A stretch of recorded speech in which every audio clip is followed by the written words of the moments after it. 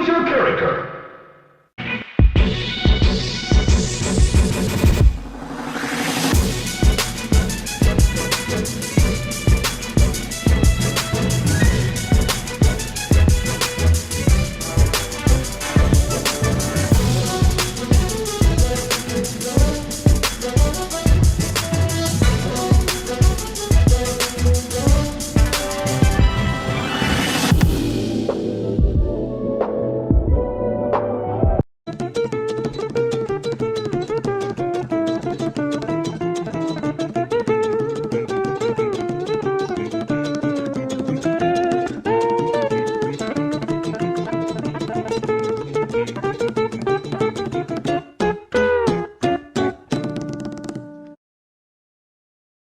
Vinland Saga Season 2 is trash. It's absolute buns. It sucks. It's terrible. It's not good. There's no more boxing. Is actually a pretty common opinion. Like, you see it online, and I'm not even gonna hold you. A lot of my friends have said the same thing. Like, Vinland Saga Season 2 ain't as good as Season 1 because there's no hands, right? And I'm not one to be extremely pompous and tell you, what are you talking about, you stupid dude? You don't know what you're talking about. You don't know what good anime is. Like, that is absolutely ridiculous. Like, who am I? Some dude with no followers, no subscribers. Not that subscribers gives you any form of more intelligence or validity in your opinion. But I do believe that there is something to say about an author or a writer being able to garner a large audience. I do think that if you have a large number of people enjoy a form of media, then it becomes harder to say that it is invalid, that it's not worth anything, that it's not good. Even though there are a lot of the times you have basic TV shows like Squid Games, I think was a very basic with not much depth to it, but you became a worldwide phenomenon. Regardless, Vinland Saga Season 2, something I want to talk about for just a couple of minutes because I think it is very interesting what it decided to focus on and the reception to it. In a lot of circles, I do believe that it was not as well received as the first season, largely because the first season had a lot of action and a lot of shonen age group people watch shonen for the boxing, for the hands. If there's no hands, a lot of people are not interested. However, this second season focuses on slavery, right? One of the most atrocious things to occur in human history and throughout time and concurrently as well in different countries. It's less seen in the West and it's not as prominent as war in a lot of areas. We still have trafficking of individuals, which terrible thing and should be addressed and is not being addressed in some cases, but we don't see it in front of our eyes the same way that we see war on the news consistently and concurrently. It explores this season, Vinland Saga Season 2, takes the time to explore the idea of slavery through a quote-unquote good slaver. Someone who is presented to be pretty reasonable. We have our main character from the first season, Thorfinn, who is joined by a new friend, Einar, and these two individuals are given the opportunity to work for their freedom. Once they complete a certain amount of chores, they can use the money that they would have acquired if they were paid workers to eventually free themselves and decide whether they want to go bounce somewhere, be as free as Monkey D. Luffy, King of the Pirates, or if they want to continue working but as like a paid individual. Now, we see the trials and tribulations which occur in a situation in which you have somebody who has more power and someone who has less power. We see these dynamics all the time: teacher, student, manager, employee, police officer, regular individual. We see these dynamics in real life, and it's interesting to see them contrasted in a different context, that being like in the past and in a slave master context. So first, we see them run into the issue of having the other workers who are not the boss, Kettle, who's our MVP, our good slave master. But we have lower people who are paid, who have worked to get their freedom now, but they just work as paid workers. They ruin the field that Thorfinn and Einar have been slaving away at, literally. They ruined this field because they believe that this shouldn't be, that they were provided with a horse and they were like, that it's unacceptable. How are they going to be provided with a horse? This ruins the balance and everything and blah, blah, blah, blah, right? Now, these workers ruined the field. This is a demonstration of work imbalances in power, right? Oftentimes manager will be like, you can visit Pity City, but you can't live there. So people leave Pity City. Let's get it done. Don't ask about what are we going to do if you don't get a bonus. Get the damn $26 million. Spend your time and your effort thinking about the $26 million we need and not thinking about what you're going to do if we don't get a bonus.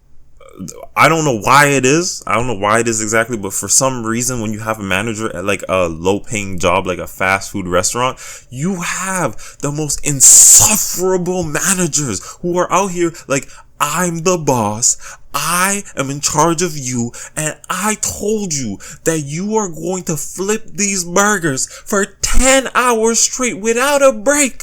Without a break. Like, you see the union workers in the States in Starbucks trying to like just unionize, just have an organized something so that they can ensure that they're not getting treated poorly. And you got Starbucks managers out here firing people for that.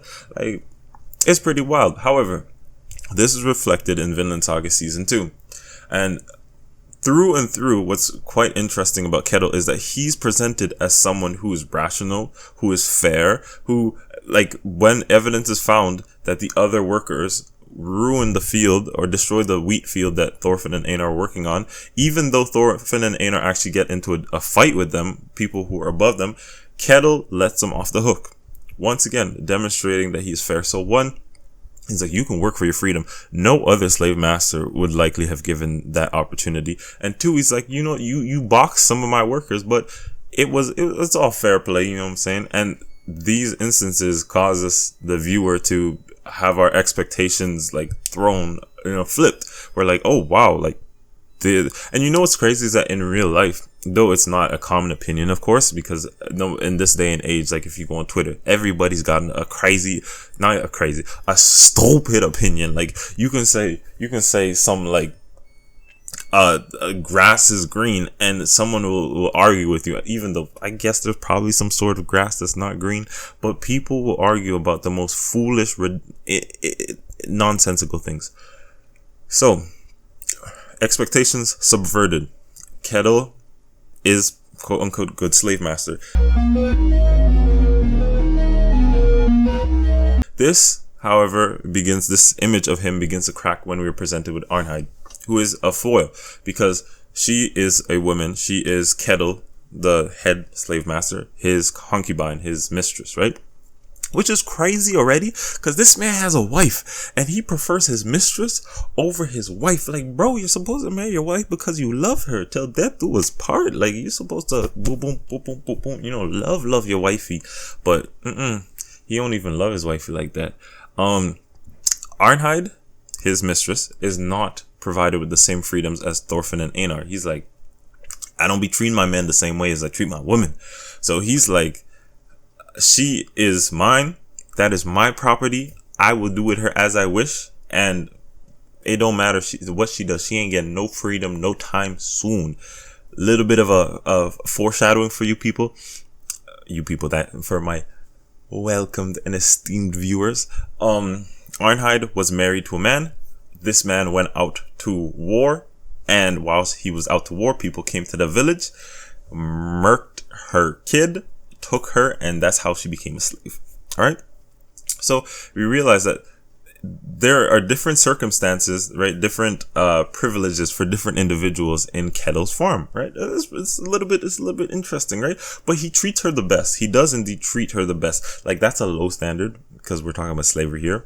Don't get me wrong. But he treats her better than he does everybody else, even though she doesn't have the opportunity to free herself, right? But then the question becomes, because the fact of the matter is that little philosophical statement, it is very easy, not very easy, but it's much easier to be a good individual, to be patient, to be kind, to be respectful when you're not stressed, when you have it made, when you have money, which is why it's a little bit peculiar when you have like a celebrity, you're rich. You don't have to worry about anything per se, like for the most part. And you out here treating people like trash. Out here treating people like dookie. It's like, whoa, bro. Like, really? Really? You don't even got nothing to stress about. What are you angry about? What are you in a tizzy about, my boy? So what happens when Kettle, an individual who is in charge, who's not only in charge, but owns other individuals, what happens when their life begins to crumble? Because in the show, a second season, the King of England decides that he needs more money for his wars. And who has money? In the past, probably not today, but in the past, farming was it.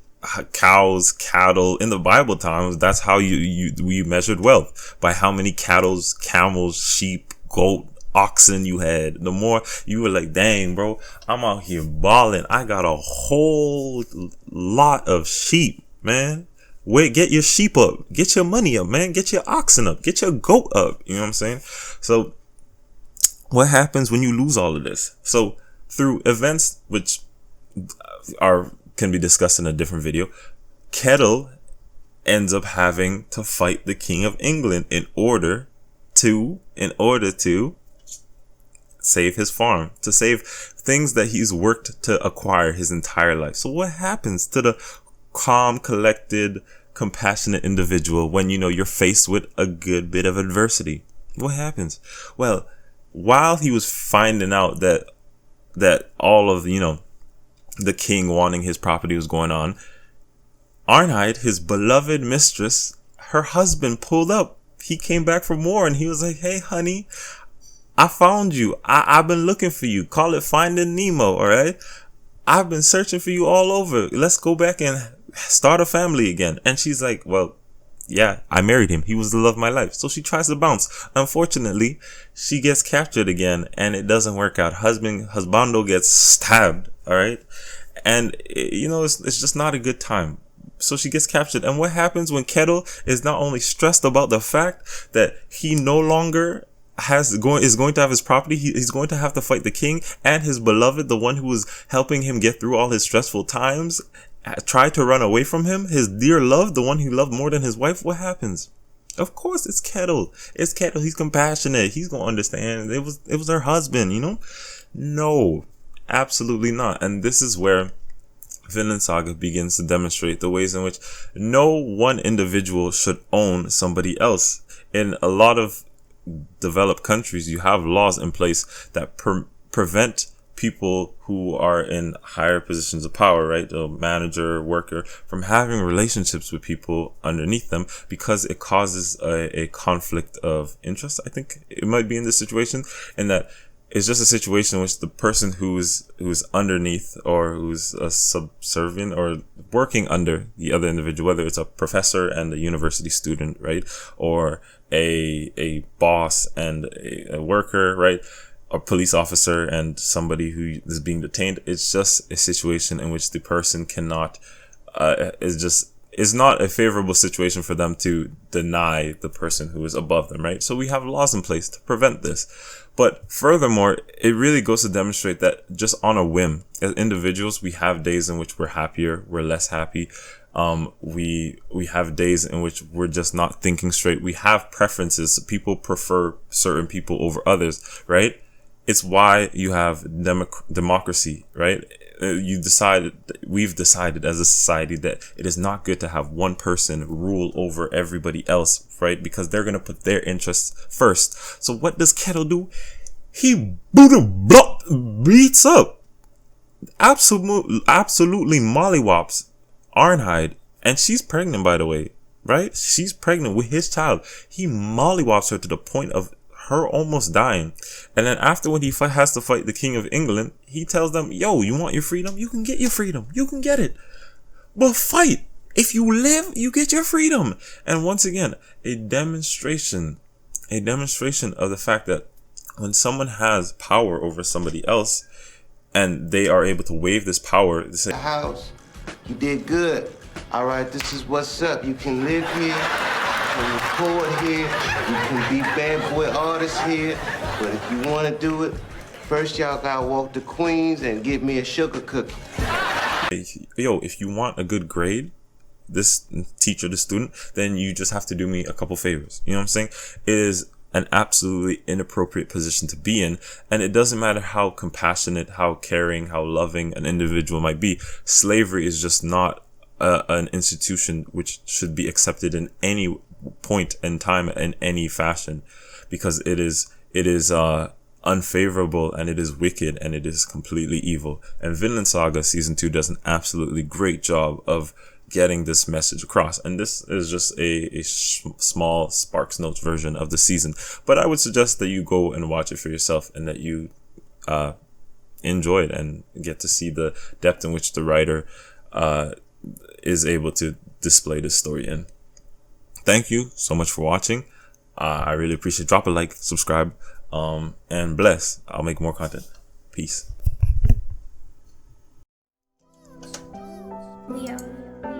Driving through the 649 in my rental, brace yourself like a dental. I've been fighting myself not to take a Xanax. I might hurt you just like my ex did.